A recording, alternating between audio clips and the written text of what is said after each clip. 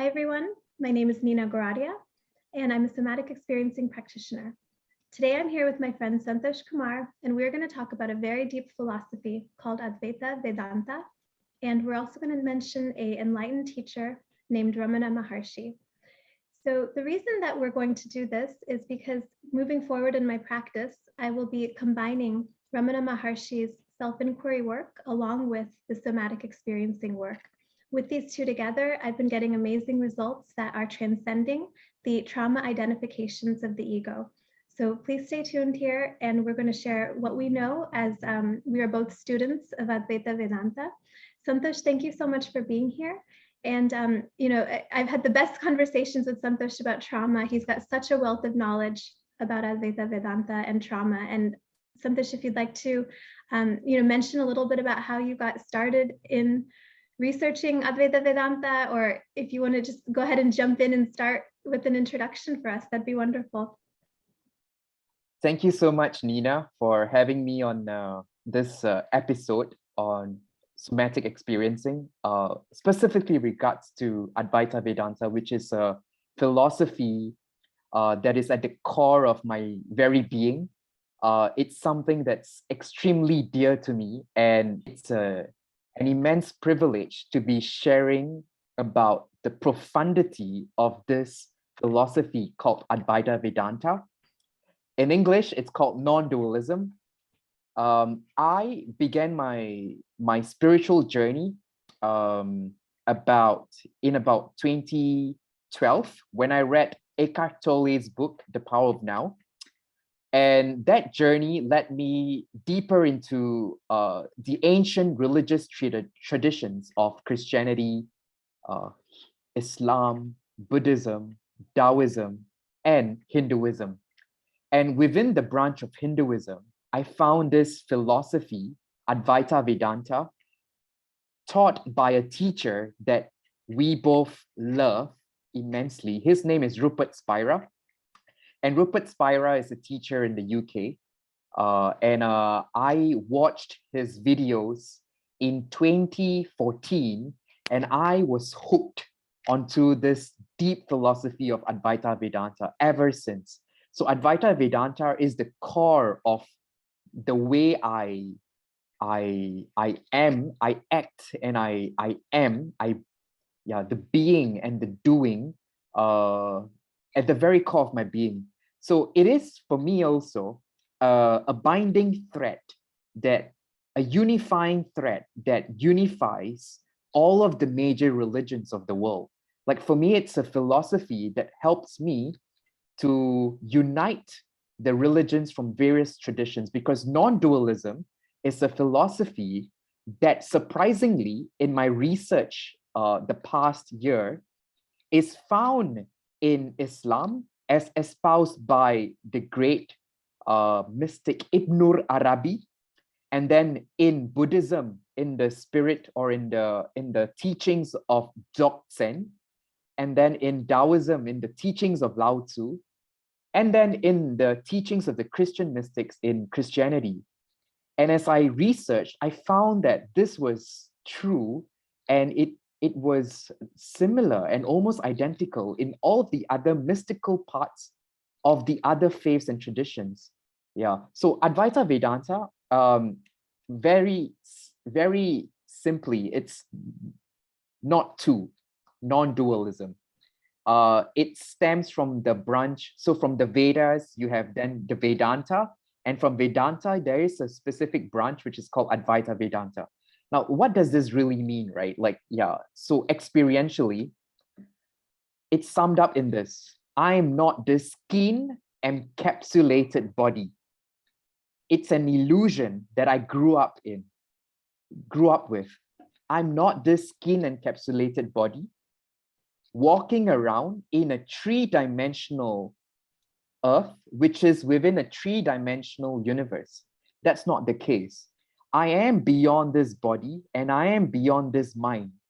In fact, I am eternal and I'm infinite.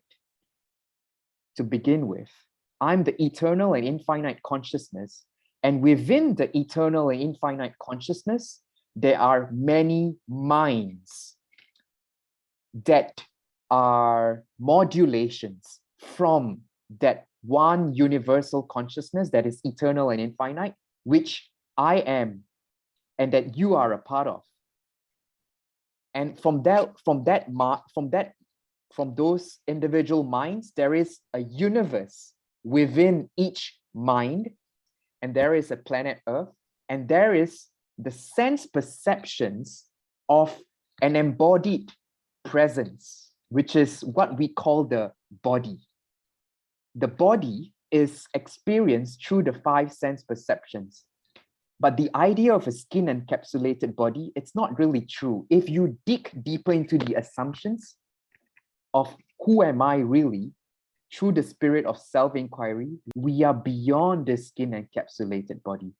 So that's a very quick summary of Advaita Vedanta. There are many analogies that I will weave as we discuss this.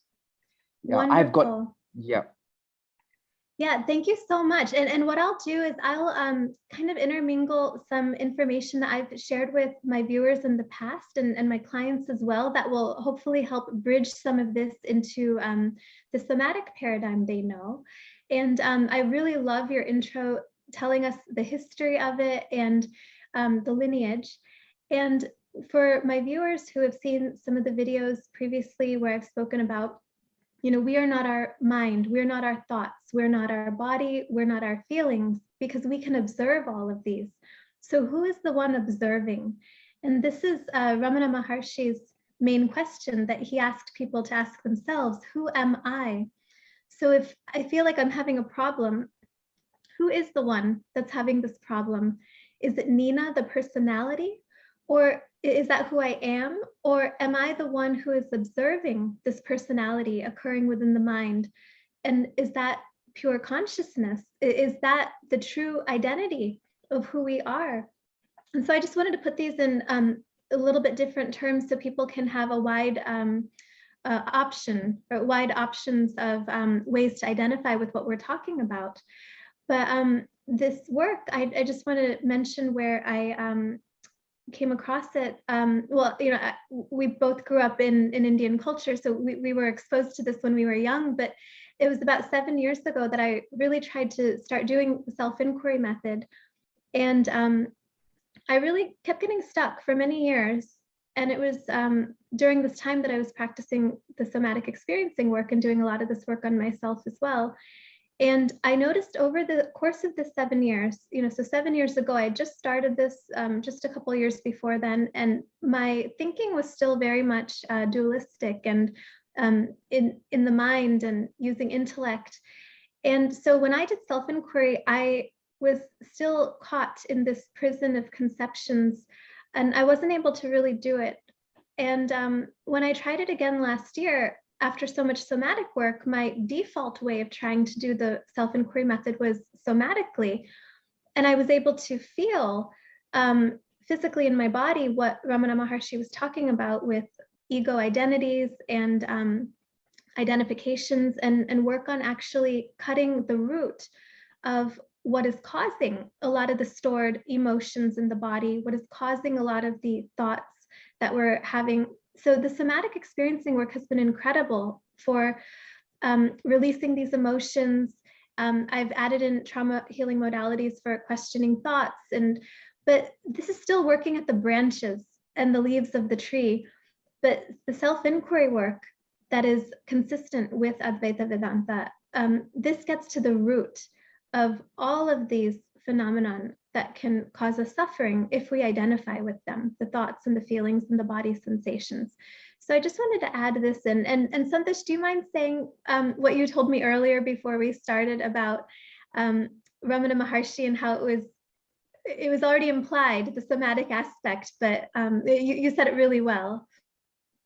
Absolutely. So you and I, we grew up in a very cognitively heavy culture, like a lot of intellectualization, and that's the baggage of the culture that we grew up in.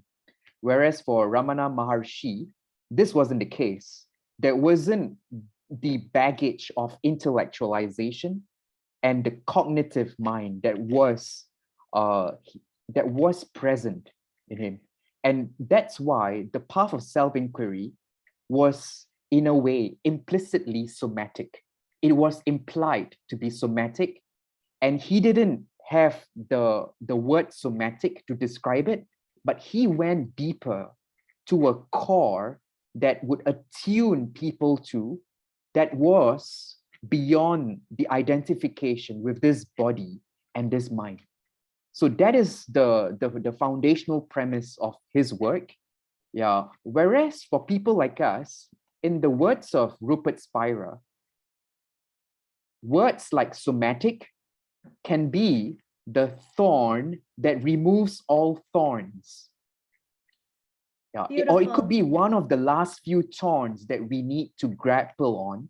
Yeah. So we need crutches along the way as we peel the layers of the onion of our existence. Yes. And that's why devices or tools like somatic are, in a way, necessary for a cognitively and intellectually heavy mind like ours, which appeals to a certain crowd. Yes, beautiful. Thank you so much for, the way you've outlined that for me. It helped clarifies that within myself as well. That, when I had started doing the self-inquiry method, I was just doing it cognitively. And I was looking for, so who is the observer? Where is the observer? How can I find the observer? And you can't do that conceptually.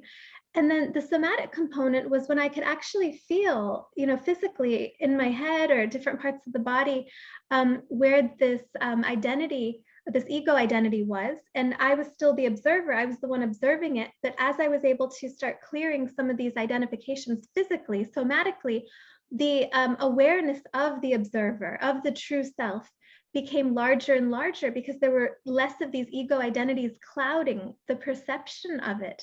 And so even though our true self is not somatic, we are beyond body. Somatic means body. We're beyond thoughts. We're beyond these feelings. But this was a device, as you said, that helped to really clear away a lot of these somatic blockages, then in order to perceive the greater observer, the witness of who we are.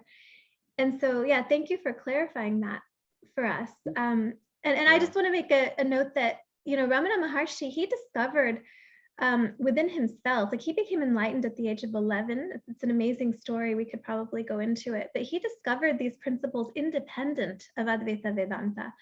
And then when he would, share what he discovered with others, they would say, oh, well, this is totally in line with Advaita Vedanta. So we might talk about these two methods interchangeably, but they were originated separately. But when you discover the truth, it's all pointing to the same thing. So I just wanted to clarify that. Santosh, is there anything else you'd like to share with us regarding this? There are a few things I would like to share. There's one thing about language, the English language, which is an inhibition to like self-inquiry. And I'll share a bit more about the design of the English language. But before that, if you were to just look at the lineage of teachers from the philosophy of Advaita Vedanta, there's this beautiful saying that we all drink water from different wells, but ultimately it comes from the same source. And life has a beautiful way of sending sages and messengers in different space-time configurations or coordinates, space-time coordinates, who would then reflect the purity of the teachings through a medium that is most apt for the culture and the community that's surrounding that area, that space-time coordinate. So the analogy I have for that is, in physics, we learned this idea of a prism. If you shine white light through the prism, it refracts, and then you've got all the colors of the rainbow that exit. And then all the colors of the rainbow that exit, you put another prism, it converges back to white light, right? And so the white light is really pure consciousness that is, always ever shining. And as it goes through the prism, these are space-time coordinates. And we have messengers in different space-time who come and who refract the purity of the teachings that is most apt for the community and the culture that's surrounding them. But as long as you abide by the purity of the teachings, you'll be able to be an instrument of the divine to transmit the teachings that is most apt for the culture and the community that's around you. And that's why Ramana Maharishi is one such vehicle or vessel.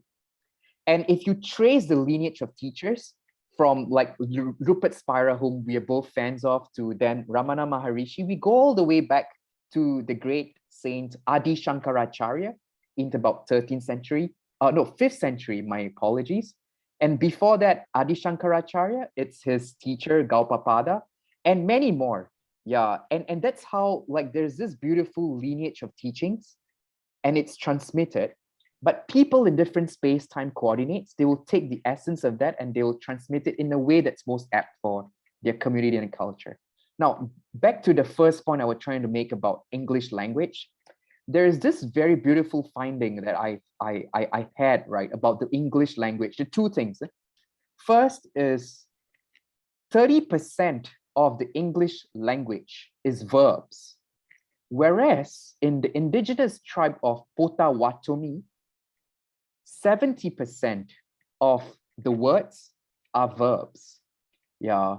So what this means is that actually in the English language, we have a lot of nouns or we have a lot of objects that we describe and we ascribe meaning to.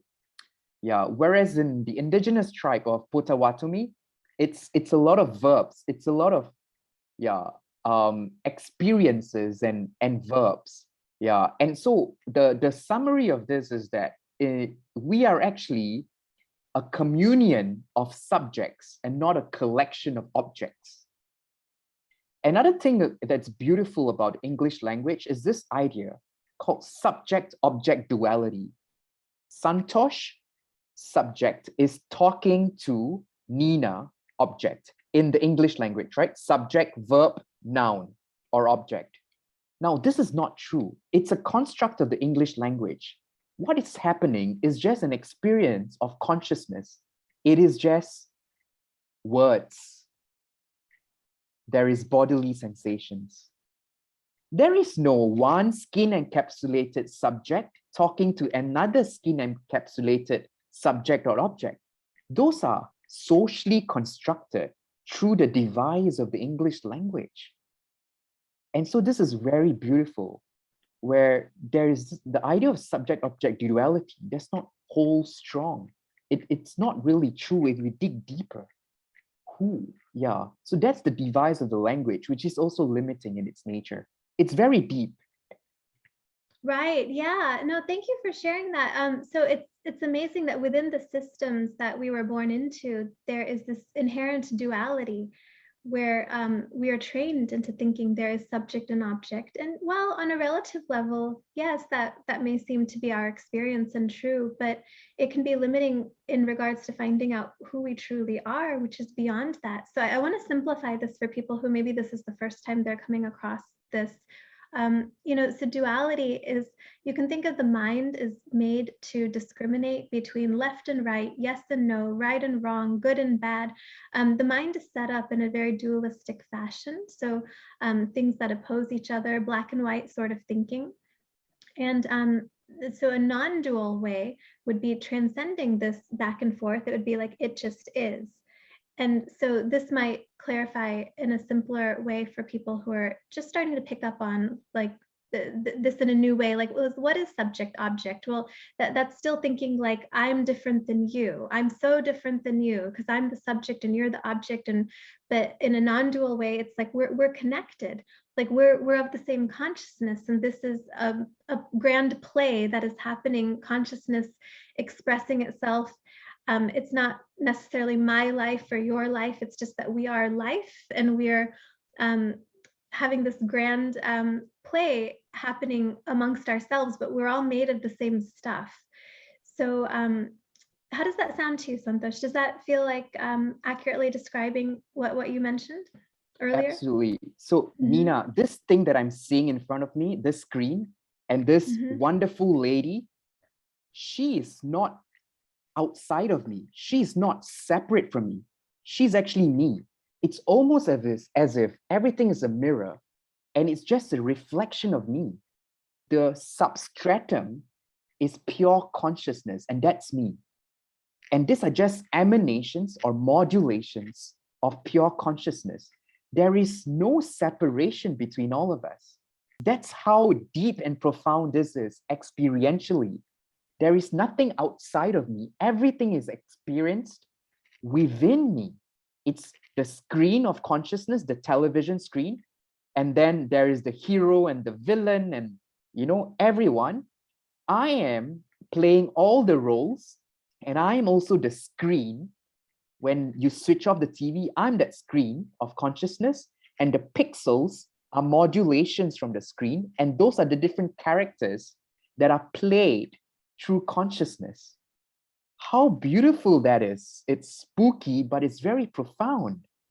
Yes, absolutely. And I just want to clarify for viewers who might be very new to this and think, oh, well, that sounds very narcissistic. And then that's not what it is, because narcissism is when the ego thinks everything is about itself. And in a lot of ways, most of us are dealing with some low-grade version of that if we're identified with our ego. But what Santosh is talking about is the greater reality behind who we think we are. It's something so primal that we're not even aware of it until we do a lot of this self-inquiry work and work to start to even become conscious of it. So he's saying that, like, if everything's reflecting me, it's the real me, the me with the big M, the self with the big S. It's not everything's reflecting Nina. It's everything is reflecting what is behind Nina, who created Nina, and it's the same as who created you and all that stuff. And so this is not to be controversial for people who may not believe in, higher power or creator, but for you, you can think of it as just presence. There is some level of consciousness that's just present as the personality and the mind die down. So for example, like when I go to sleep, and if I'm really mindful and watching, there's a point where I notice that my mind stops running thoughts, but I'm still there and I'm present. And I'm just too tired. I can't run any more thoughts. So the thoughts go away. So I can't be the thoughts, but who's the one watching those thoughts? Well, there's a presence there that is beyond my identification with my mind. So I just wanted to clarify that it has nothing to do with narcissism. Thank you for the clarification. I wouldn't want our viewers to go out and, interact with everyone. Hello, me. Nice to meet you, me. It's really the big S, the self, that we are all. Yeah. And so others can mirror back. Oh, sorry, go ahead. No, please. Well, I just want to say others can mirror back to us things that we need to learn about ourselves, and in that way we learn from what we each mirror to each other, but it's not a reflection of, it doesn't mean everything is about us. It just means that we can benefit from these mirrors and ways for self-growth. Somebody struggling with narcissistic traits, they might take the reflections to mean something about themselves in a way that the ego is offended by, or that the ego is inflated by. But in this case, it's about taking those reflections, and it's information that we're getting back to ourselves based on how we're being in this world. And it's more of a, how can I work on these aspects of myself? Can I see things more clearly? So it's more of a self-growth and self-awareness model. This is very powerful, because this is the spirit or the principle of oneness. And this can be a powerful principle in healing the growing divisions in our society today. In every realm of life, there is a division. And when we begin to see everyone else in society as us, there is this spirit of oneness. And that's where there is unity in diversity. That's a beautiful, profound truth to build a society or a civilization on. This is where we can express our deepest and purest love for one another, because we recognize them as ourselves. How does a session with like Rupert Spira work? So what is this path of self-inquiry when we practice it? So, like we can center, and then the thoughts, the emotions, the feelings, and the sensations.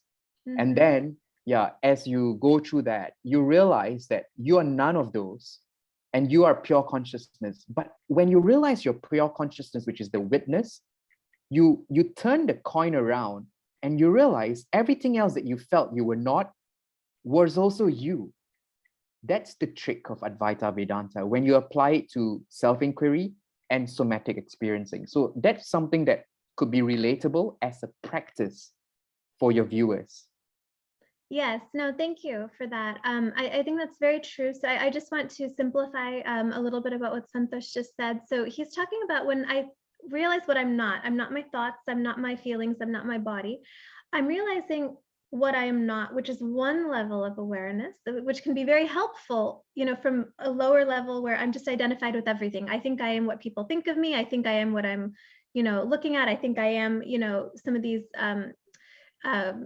labels and identities that I call myself. And on a relative level, yeah, maybe that's true. But on a higher level, I realize I'm actually not any of those. I'm the one who's aware of these. I'm the consciousness behind it. And then once we get really familiar with this level, we can jump to that next level of actually I'm made of everything. Like the same consciousness that makes up my witness, my ability to witness is the same consciousness that makes up my thoughts and feelings and sensations as well. And the unity gets more and more extreme, but it's usually not helpful to jump from the lower level straight to the top because you don't differentiate from the other aspects to know yourself better. So that might have been a lot of complex sounding information for those of you who may be new to this this philosophy, but please know that if we decide to explore this together in sessions, that we will be starting at your pace from where you're at, and we will be going very slowly, and you'll be understanding all of this along the way and having the experiences that help you understand it in a deeper way. So what I found is by incorporating this philosophy of Advaita Vedanta, and there's nothing preachy, as you can see, it's just very practical sort of way of being with consciousness and with our thoughts, emotions, and feelings in our bodies. As we apply this, we can start to have a greater sense of peace, greater stability, because we're not identified with things in the world that are always changing. And we can employ specific methods in order to transcend this ego-identified consciousness that is maybe stuck in the trauma role. So what I've noticed in my own journey after many, many years of doing the somatic work, it's been very beneficial. But then I think I had developed this identity of I was the one who went through the traumas. And then that became a new prison for myself. And so now incorporating this really breaks out of that prison where I don't have to be identified with that either. And it's been extremely freeing. If you have any questions, please feel free to leave them below. I know this is very complex, but it can very much be simplified for where you're at. So thank you so much for all of you listening. Santosh, thank you so much for being here and sharing your knowledge with us. I know we just barely tapped into it, but I so appreciate you giving this introduction to my viewers. It's my pleasure. And yeah, the simplest approach of self-inquiry is, who am I? There'll be an answer. And within that, there's a peaceful presence that will dawn. And that will take us all on a journey that's the most amazing and beautiful journey that we've probably embarked on. Yeah, so that's the only thing that I would like to leave your viewers with. Great. Thank you so much. All right. Take care. Take care.